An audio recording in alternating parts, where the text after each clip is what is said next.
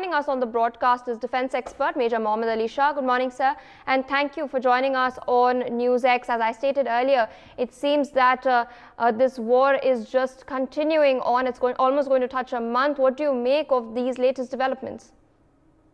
This war is going to go on. Unfortunately, it's very, very sad until Israel reaches its target, its objective. And the objective is what?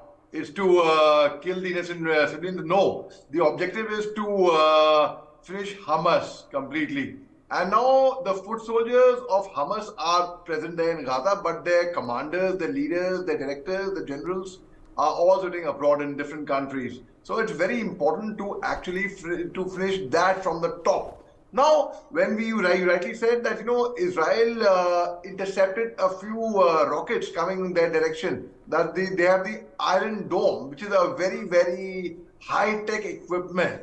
Now, this was what happened was the Hezbollah had, which was based in Lebanon, had fired rockets into northern Israel population centers in the 1990s. That was posing a security challenge to the Israeli Defense Forces.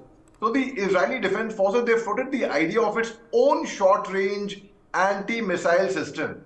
But the US defense officials cautioned that it would be doomed to fail, perhaps. It would not really work.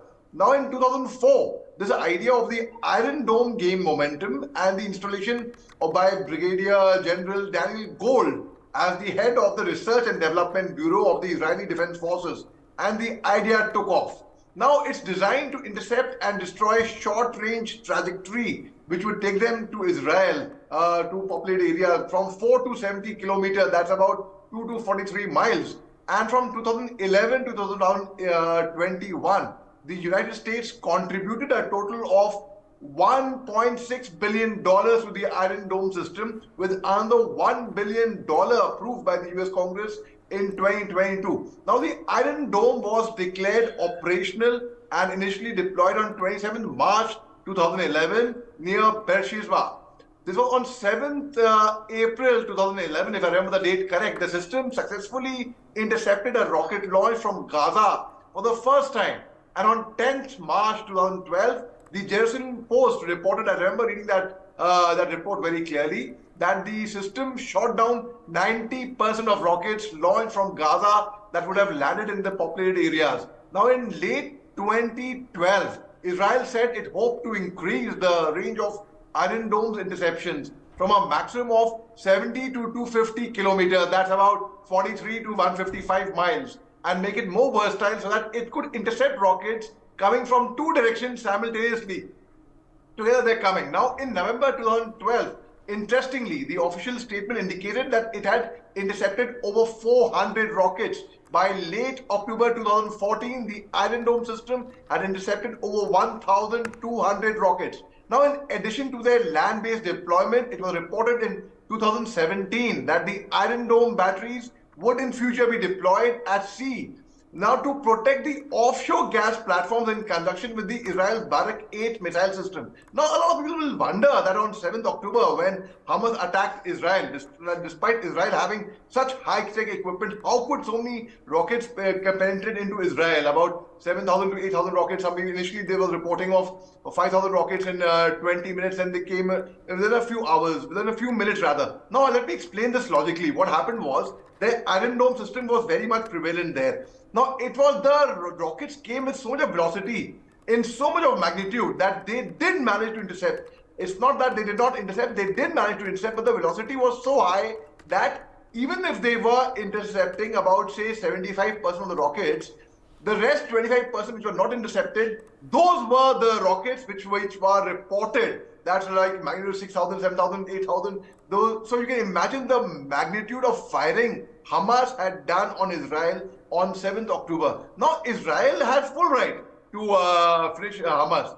But the very fact is, what my heart bleeds is innocent children, ladies, elderly people, civilians who are innocent, who haven't done anything wrong at all. They are being killed. Now, it's happening from both sides. They were killed on 1,400 of them on 7th October, and now thousands of them are losing their lives in Gaza. So Israel has said, the Israel Defense Forces has said that any man who comes to South Gaza will be authorized ration, aid, medical equipment, medical facilities, medicines, and humanitarian aid, basically. So basically, they would be wanting to evacuate, to leave North Gaza and come towards South Gaza, be it through bombs, be it through guns, be it through humanitarian aid. But the objective is, okay, North Gaza should be vacated. Now, the very fact is, Hamas also has so many underground tunnels and in all over Gaza. And primarily they are based near hospitals, near schools. So Israeli defense forces are also having a tough time. Well,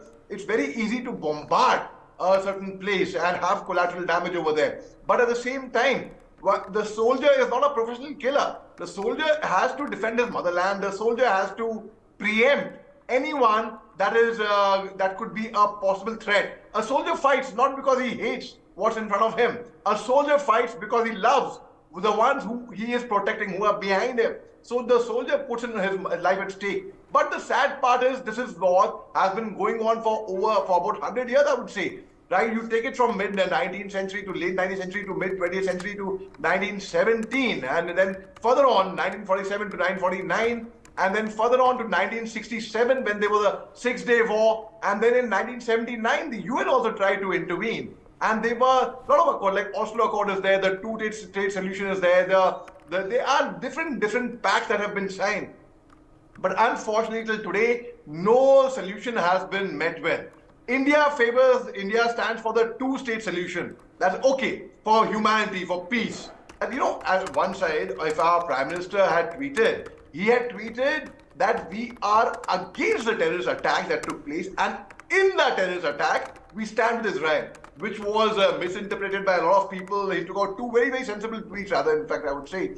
Now, the very fact is also we had sent our aircraft to Palestine with humanitarian aid for them. So India stands for humanity, and as coming back to your question once again and concluding it by saying that this war is a very deadly war, which was initially a fight for land, which has unfortunately now become communal, and a lot of other Islamic states also have joined in, unfortunately, and it has to be stopped at any cost. Indeed. Destruction of mankind has to be stopped. Indeed, it is the need of the hour to ensure that peace prevails in the region. I would like to thank you for joining us on the broadcast, presenting your perspective and analysis. But